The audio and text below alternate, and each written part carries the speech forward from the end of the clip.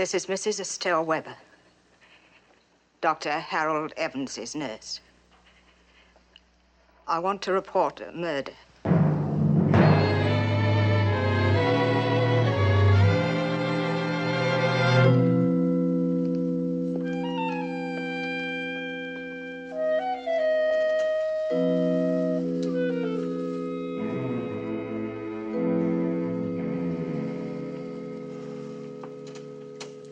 Said that sins only speak, but murder shrieks out. And yet the victim's employee has stripped the scene of clues. Well, she's obviously covered up for someone, you say. But for whom? The late doctor, or perhaps one of the surviving members of our cast? Look closely and see if you can pick the killer. Is it Sylvia Lawrence, as played by Anne Todd? Or her loving husband Andrew, played by Murray Matheson? It might even be Donald Carver, Sylvia's old beau, played by Felix Deebank. Or Nurse Weber, portrayed by Avis Scott. Now, which one of them made the fatal incision with the good doctor's own scalpel? That, my friends, is the question we are about to explore. But just one word of caution. Keep your eyes and ears alert, for as sure as my name is Boris Karloff, I promise you a solution full of surprises. Ah, we've dallied long enough. Let's get to the heart of the matter.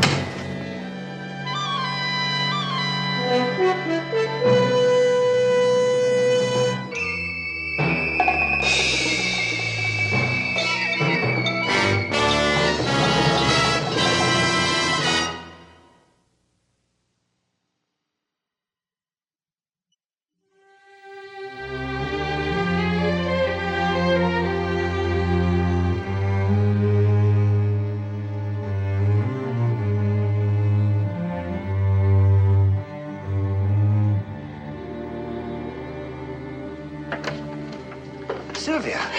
Donald, I had to.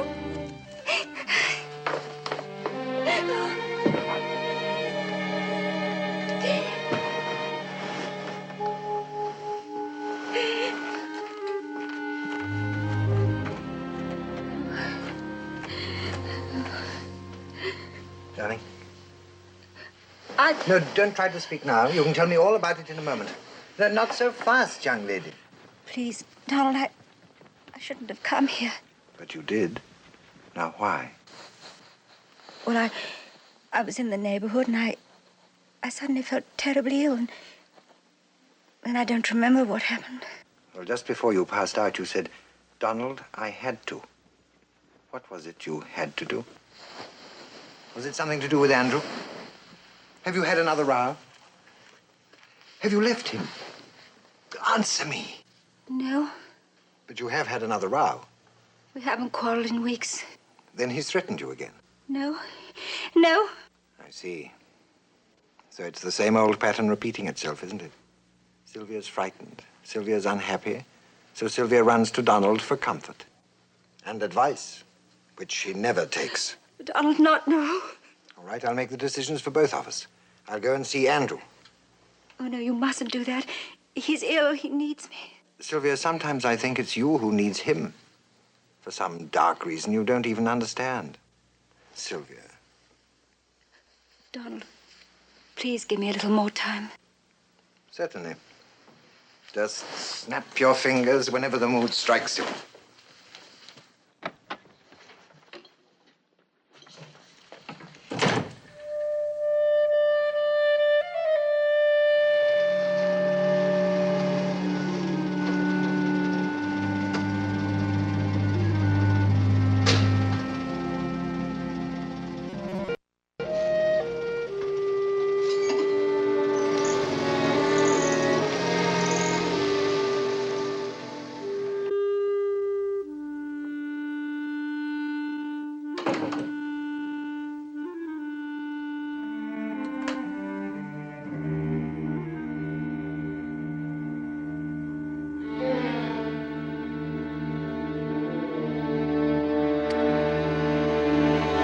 Late.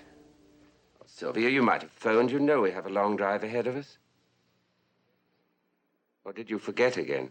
No, I didn't forget. I was worried when you didn't get home in time to pack. I hope Martha put in the right things for you. She was rather upset not having a chance to say goodbye to you, but I gave her a substantial parting gift. But, Andrew... Darling, we couldn't take her with us. Now we've been through all that at length. You don't remember, do you? Andrew, I'm very tired. No, I knew it the moment you came in. Oh, Sylvia. When will you learn to trust me, to know that I'll understand? Darling, I know what illness is, what tricks it can play on the mind, but you've got to face facts, Sylvia. Just as I did when I first learned about my heart condition. But I'm not ill, Andrew. Darling, all we need in the world is 6 or 8 months of absolute quiet in the country. 6 or 8 months? Away from everyone. You'll be surprised how quickly you get used to the idea.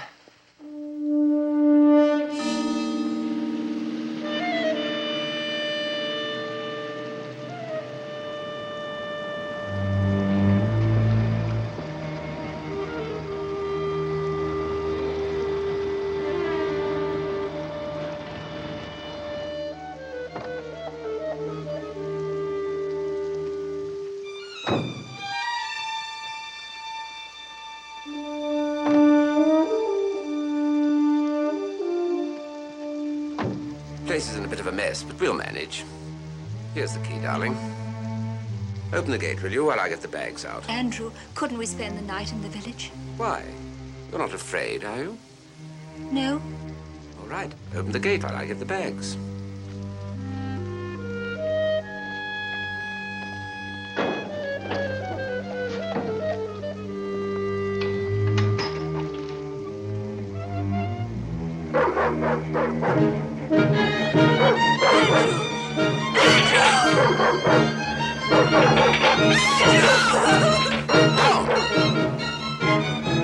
Down, Caesar.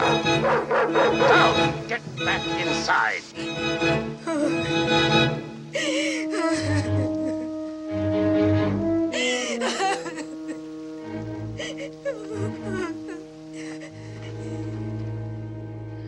Don't try to speak, darling. You've got a nasty bruise. I'm sorry about Caesar. I gave the kennelman strict instructions to keep him chained. The fool must have forgotten. Such a vicious dog. Why'd you keep him? Why? To keep you, us, safe from intruders. Now, you rest there, and I'll go and turn on the electricity.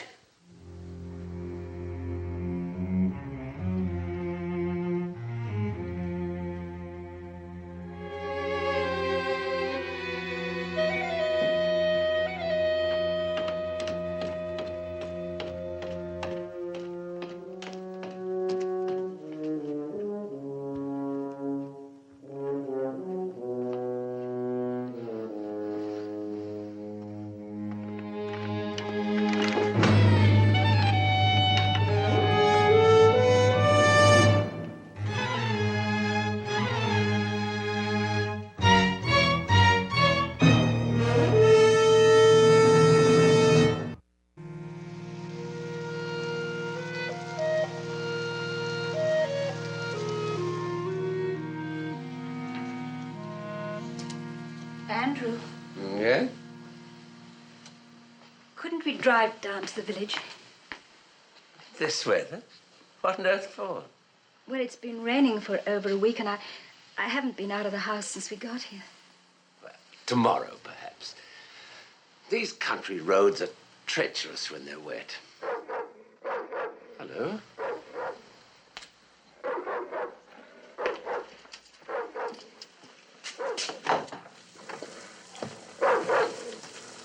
Postman. Coming through the gate. I told the fool to leave the mail outside. Let him in, will you, darling? I better see that Caesar's chained.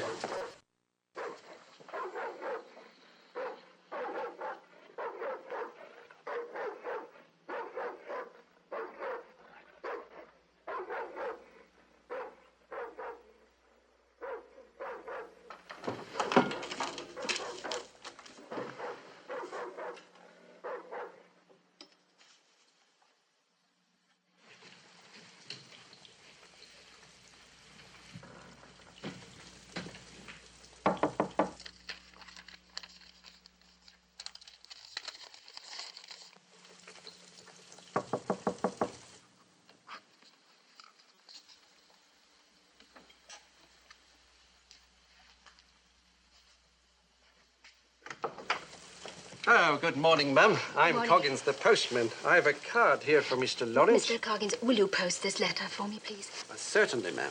And don't say anything to Mr. Lawrence, will you? It's a surprise. I don't want him to know about it. I'm afraid I haven't got a stamp. But I've got some change upstairs. I won't be a moment. Oh, no need to trouble yourself, ma'am. Any time you're in the village.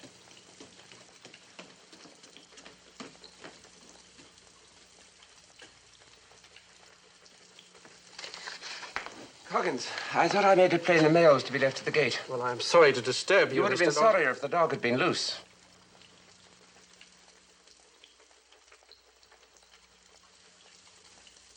I believe Mrs. Lawrence gave you a letter.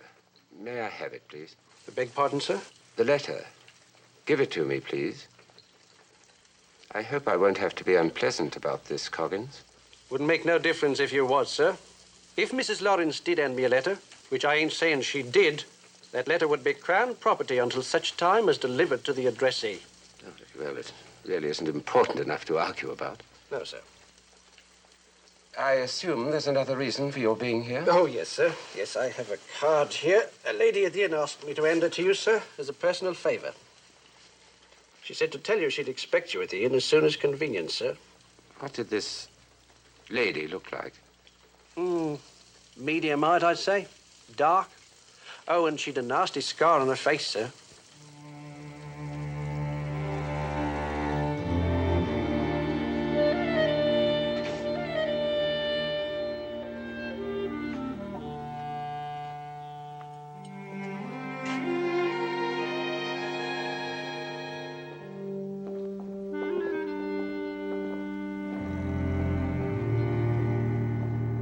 Mr. Mr. Lawrence, I'm Mrs. Estelle Weber.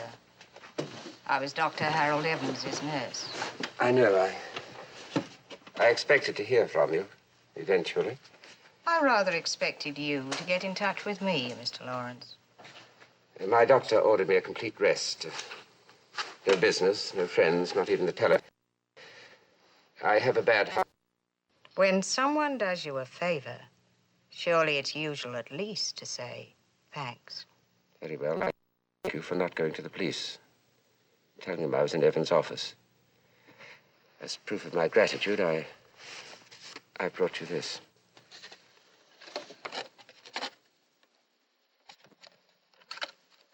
You set a small price on your wife's life. What has Mrs. Lawrence got to do with this? Let's face facts, Mr. Lawrence. You came to the doctor's office expecting to find them together, didn't you? And instead you found a corpse. And you were in such a state, you didn't notice anything else, did you? This, for instance.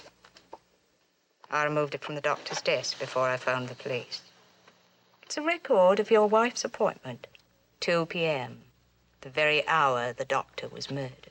Well, assuming this evidence is genuine, why did you conceal it from the police? To protect your wife, obviously. Very well, Mrs. Weber. How much more do you want? I need a permanent situation. I'm sorry, it's quite out of the question. You don't seem to understand, Mr. Lawrence. We need each other. This wasn't the only evidence I removed from the scene. There was a glass stained with your wife's lipstick and a cocktail shaker half filled with your wife's favorite drink. Let's see.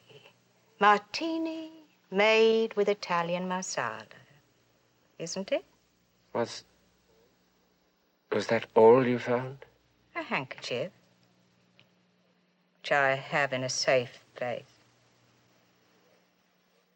Very well, Mrs. Weber. When do you want to start?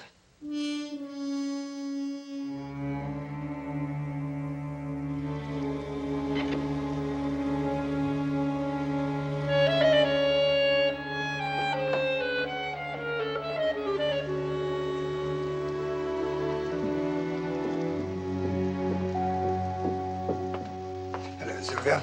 Oh, Donald, I'm so glad to see you. You did get my letter then. When I got back from Rome, why shouldn't I get it? But he intercepts my letters. He pulled out the telephone. The only one that works now is locked up in his study.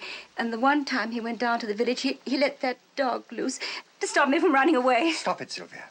You're talking like a frightened schoolgirl. I am frightened. I'm terrified. Look, he even brought that woman into the house to spy on me. What a lovely surprise to see you, Donald. You will stay and have something to eat, won't you? I'd love to, thank you. Mrs. Weber, there'll be a guest for dinner. Yes, madam.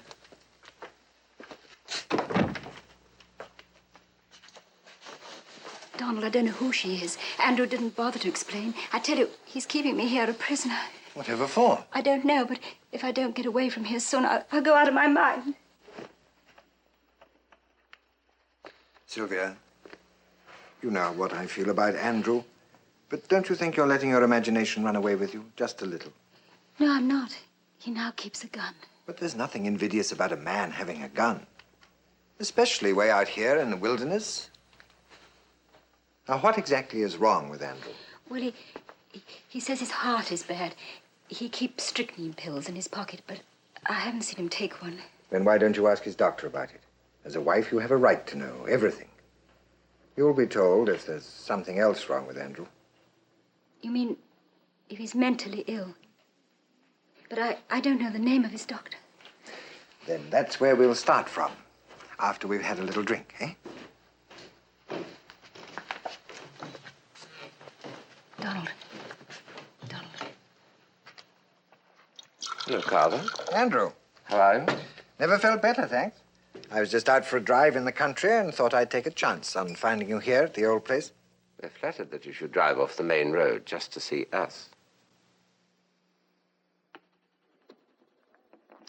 I'm sorry I didn't phone before I barged in here, but then I didn't know you were ill. By the way, Sylvia and I are having martinis. Anything for you? Nothing, thank you. Doctor's orders, eh? Yes. Sylvia said something about your heart, but I must say you look well enough. Which reminds me, I'm way overdue for a checkup, as usual. Who's your man? His name is Hamill. In London? I really don't know. He's given up his practice, retired. Sylvia. Yes. Hadn't you better dress for dinner? Oh, yes, excuse me, Donald. What was in that letter, Carver? What letter? The one my wife wrote you. Did she say she was frightened? Whatever gave you the idea that she'd even written to me? Because this is a bad time for you to come. For Sylvia, I mean. She's been under a tremendous strain. She must have absolute quiet. No excitement, no stimulation. In short, no visitors. Carver, she is ill. 2 weeks ago, she wrote to a mutual friend. She said, "It's coming, Ellen, and there's nothing I can do about it because Andrew is keeping me a prisoner. And yesterday he bought a gun, so it only remains for me to make a false move." Naturally, I destroyed the letter. I have to destroy all her letters. And did you buy the gun? I have a dog to protect us from prowlers. Why should I need a gun? If Sylvia's as ill as you think, she needs professional help. Until recently, she was under the care of a very resourceful doctor. Excuse me, Mr. Lawrence. I just went to feed the dog. He's broken loose. I'm afraid he got out the gate, sir. Oh, I'm sorry. I'm afraid I must have left the gate open. I say, would you like me to help you round him up or anything? No, thank you. I'm the only one that can handle Caesar.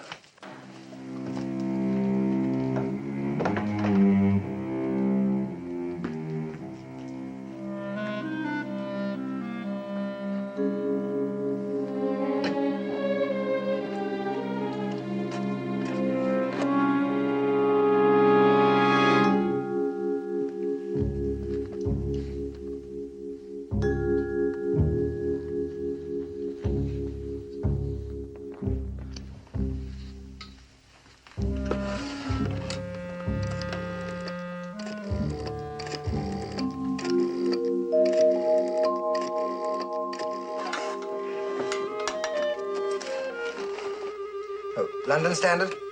Saul Cohen, please.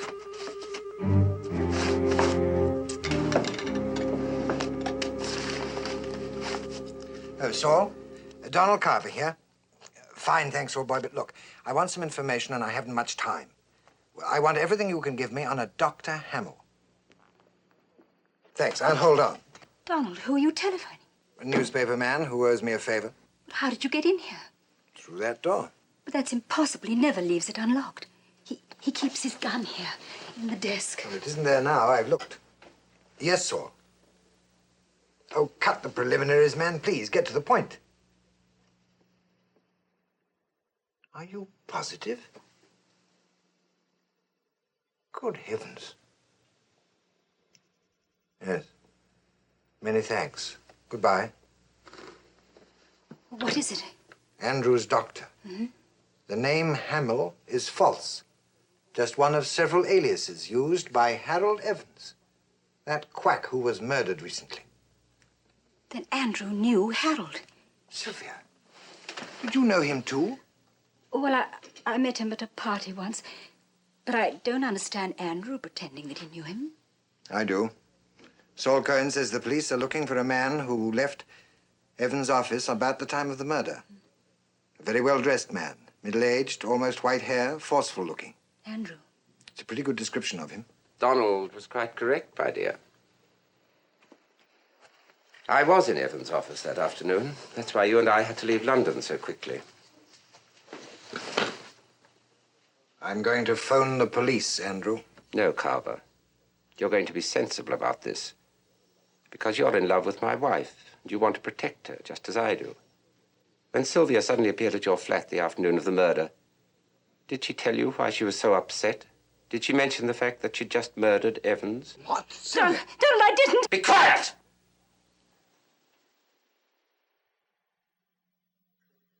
Go to your room.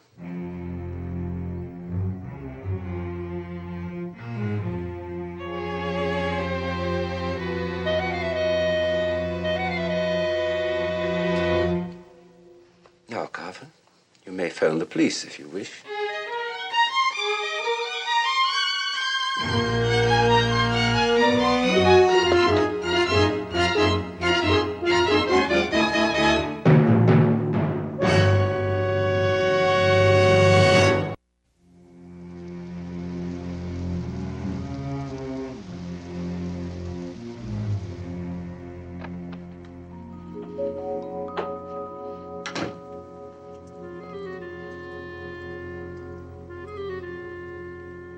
Sylvia, I have to drive Mrs. Webber to the village. Will you be all right for a few minutes? You hear me? Answer me!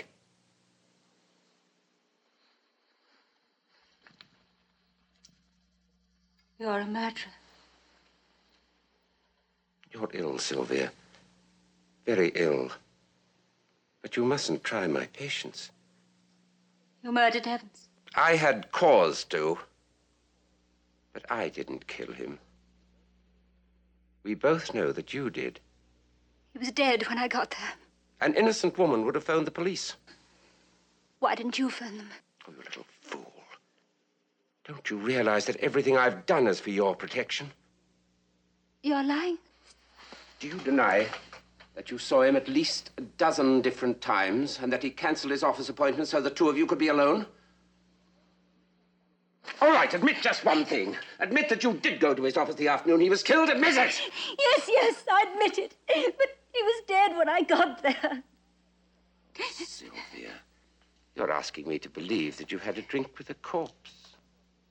I found your handkerchief on the couch and a cocktail glass stained with lipstick. All right. If you think I killed him, tell me why. Why? Blackmail? You're forgetting, my dear, that I knew Dr. Evans when he used the name Hamill. As a matter of fact, I engaged him to meet you at Ellen's party and to treat you. I was never his patient. I never went to his office, not till that day. That was part of the subterfuge, since I could never get you to see a doctor like any normal woman. He was supposed to diagnose your problems and report back to me. But he didn't report back to you. No. Andrew, don't you see? You're the one who is ill. You didn't hire him to treat me. You hired him to trap me. And when you thought he'd succeeded, you murdered him! Don't ever say that. Don't even think it.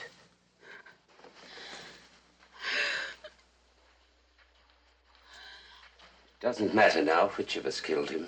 The important thing is that we're safe. Now I'm beginning to understand why we left London so suddenly. When I got home and found our cases packed, you said we'd already discussed going away.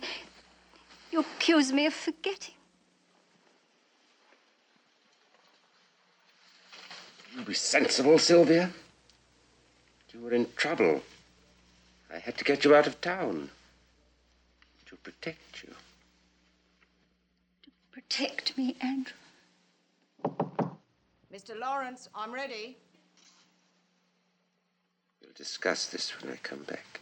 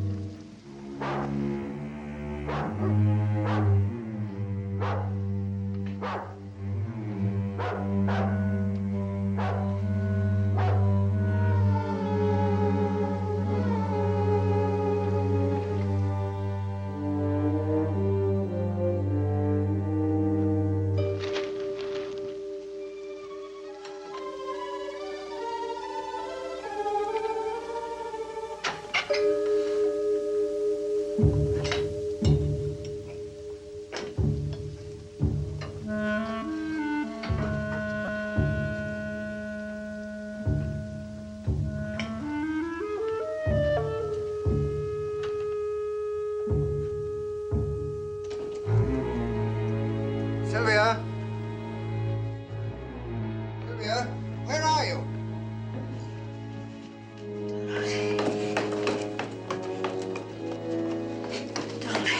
was losing my mind, hearing things. How did you get in? Through the back gate. But won't Andrew see the car? No, I've hidden it up the road. I couldn't go back to Rome without hearing your side of this story. But, Sylvia, were you seeing Evans? I have to know. Donald, could I have a drink? Yes, of course. There's nothing more to tell you. It was a perfectly innocent subterfuge. Andrew needed help. Oh, Donald, it was horrible. Darling.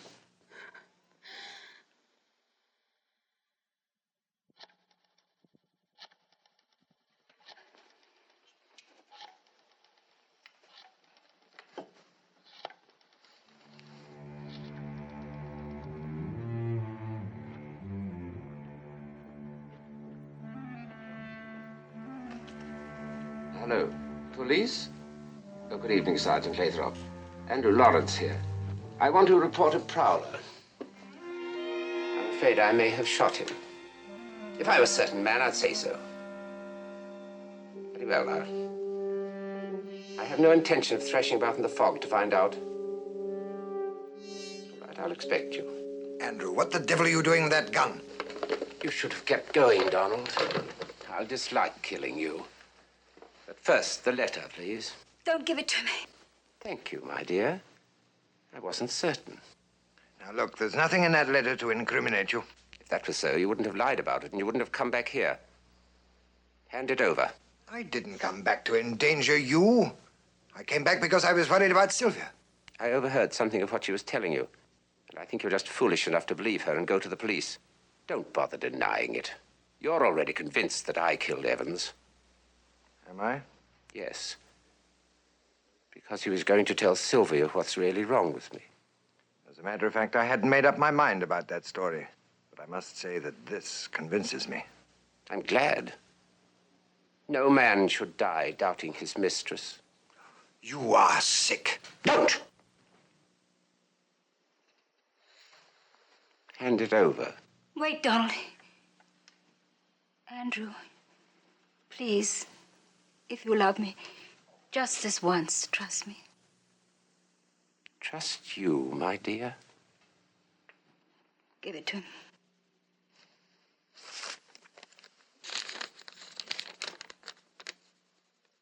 Dear Donald, I'm frightened.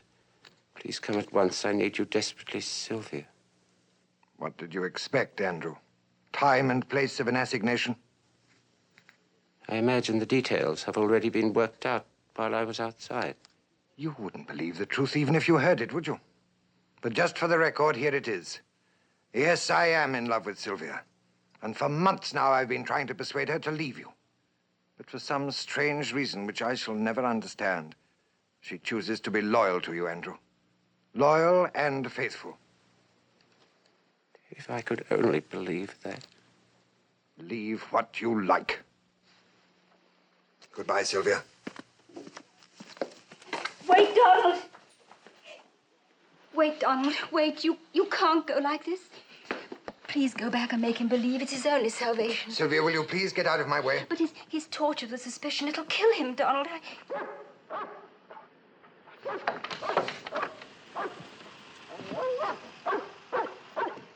Please. Wait till I get rid of them, please. In there. All right. Good evening, ma'am.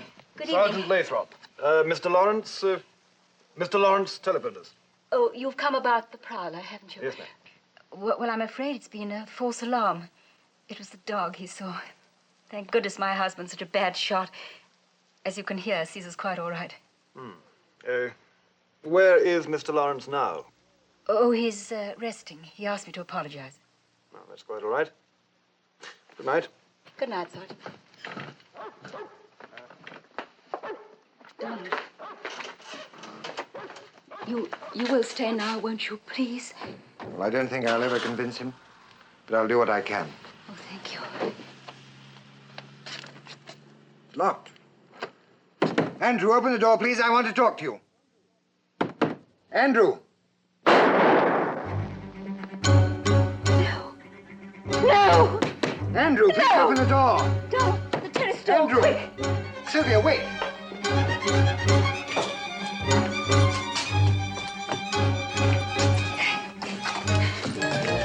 What are you doing? We must get in! We must get in! No, he's dead.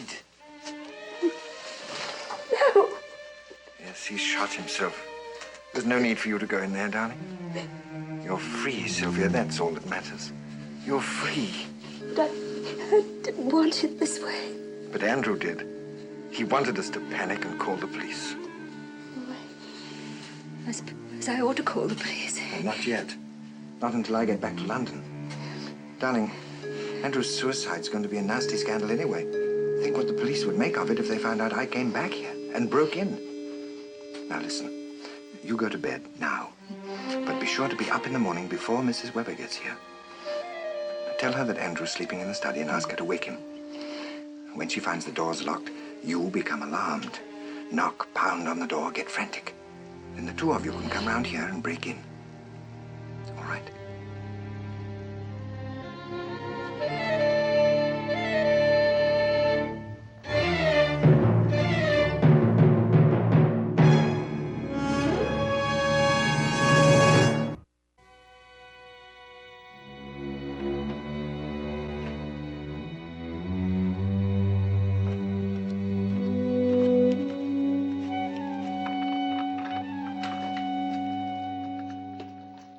Good morning, Mrs. Weber. Good morning, Mrs. Lawrence. You're up early. I went to bed early. Hadn't slept so soundly for ages. I'll make you tea, madam. Did you see Mr. Lawrence when you came through the garden just now? No, madam. Oh, that's odd. He's not in his room. Oh, he must have fallen asleep in the study after I asked him not to work late last night. Will you call him, please? Yes, madam.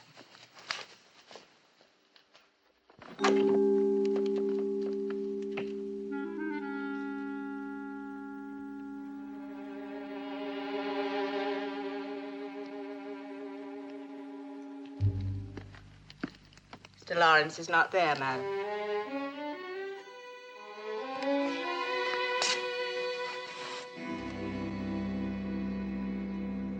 Is something wrong, Mrs. Lawrence? No, I thought I heard Mr. Lawrence moving around in here just now. You must have imagined it. He's probably in the village. What makes you think he's in the village? I noticed his car's gone.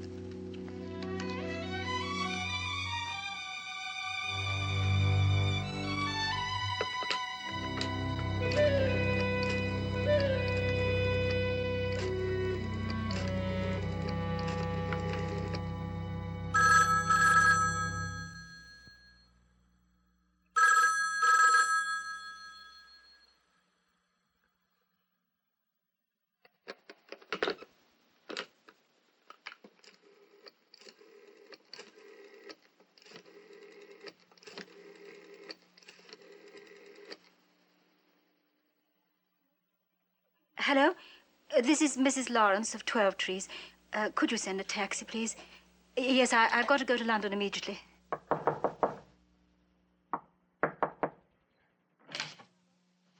Donald?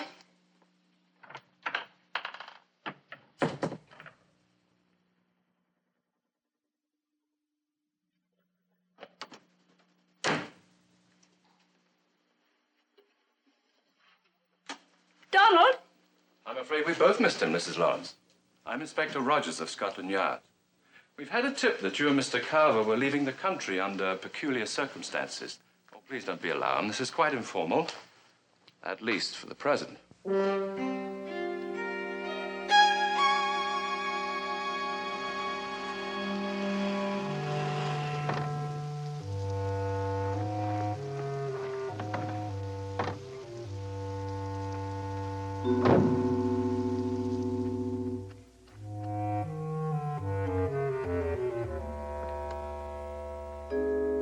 But the house was open when I left this morning. Who could have done this? Your housekeeper, perhaps. No, that's impossible. I told her I didn't need her today, and I dropped her off in the village on my way to the station. Well, that leaves only one other possibility. Your husband. Yes. Yes, well, why would he do such a thing in your absence, without consulting you? Never mind. We'll get to the bottom of all this as soon as we've picked up Mr. Carver. By the way, he did visit you and Mr. Lawrence last night. Yes, but he left just before dinner. Yes. Much later, when Sergeant Lathrop came in response to your husband's call, he found Mr. Carver's car hidden up the road. Why did he come back? Mrs. Lawrence, don't you think you'd better tell me what happened here last night? Well, it's so fantastic, no one will believe me. But you expect me to believe that your husband closed up this place without even telling you? Well, who else could have done it? Couldn't you, Mrs. Lawrence? You murdered a doctor to silence him. You'd hardly stop at this. We won't try the case now. I Mrs. wanted Weber. to know what she's up against. I wanted to know it was my husband she killed. Yes, Mrs. Lawrence.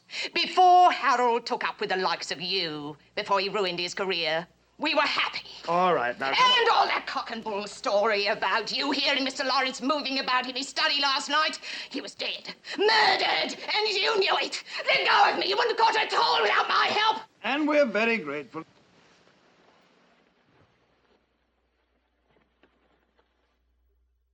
Now, Mrs. Lawrence, isn't it a fact that you dismissed Mrs. Weber in the village, then returned here and closed down this house?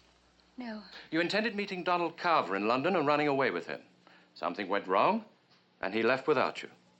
But that's ridiculous. Why should I bother to shut up the house if I was going to run away with Donald? To make it look like a perfectly normal departure.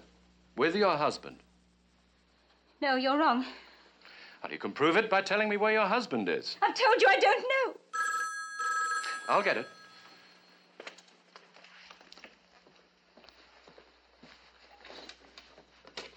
Hello? Yes, speaking. Where? Yes, I'll come immediately. Mrs. Lawrence. Well, they've just found Mr. Lawrence's car. In the river, upside down in 20 feet of water. Oh, you didn't think we'd find him so quickly, did you, Mrs. Lawrence? I'll wager you'll find a bullet in the body, Inspector. Yes. Well, keep an eye on her. I'll take Mrs. Weber to make the identification. Yes.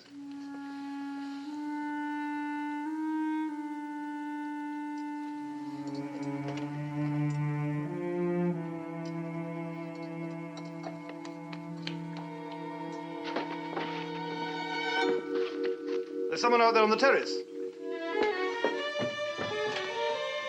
You there! Who are you?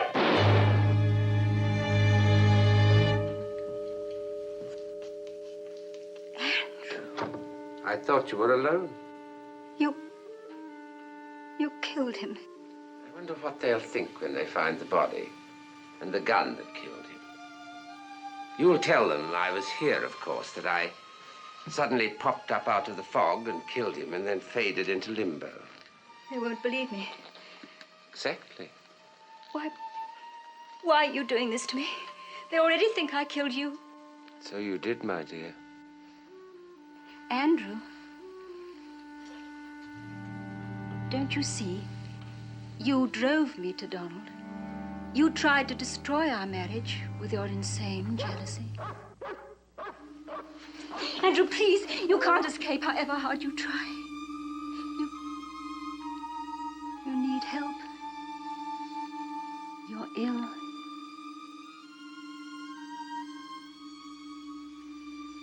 Very well. But there's still time to toast our farewell. Yes.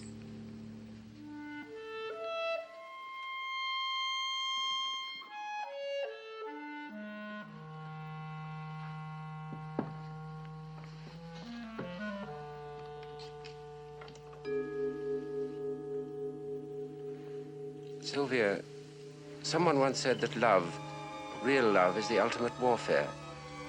It seeks only one victory, the complete and final possession of its cause. You are my cause, Sylvia. And everything I've done has been calculated to win you for myself alone. I love you, Andrew. And I married you. You didn't have to prove anything. Didn't I? No. To whatever is left of our love.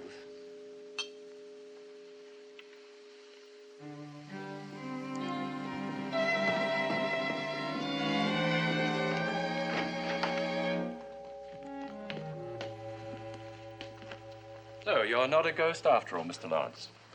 Just what do you think you've been up to? You're here to arrest the murderer, Dr. Evans. My wife is innocent. I killed him. He's trying to shield her. I have no doubt of it, Mrs. Weber.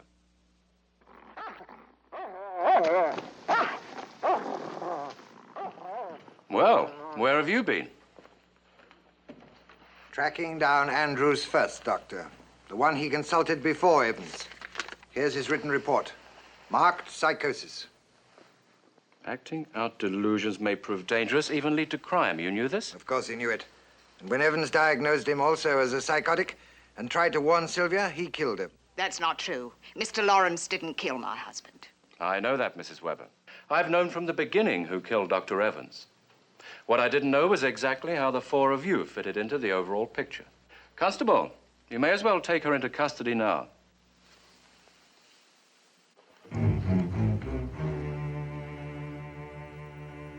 No. You mean her? He means you, Mrs. Weber. Oh, we've been onto you for a long time.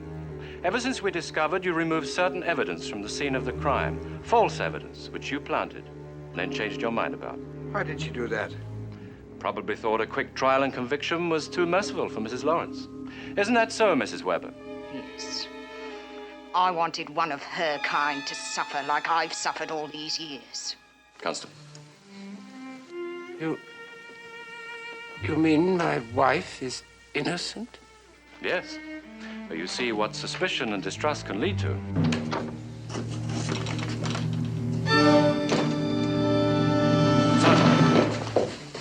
Sergeant, what happened? Oh, it's just a crease. Carver, call an ambulance. Right. Andrew, did you hear? You haven't killed anyone. You haven't killed anyone. What's the matter? Andrew! Andrew, you haven't killed anyone. Haven't I? No. Andrew. Andrew. No.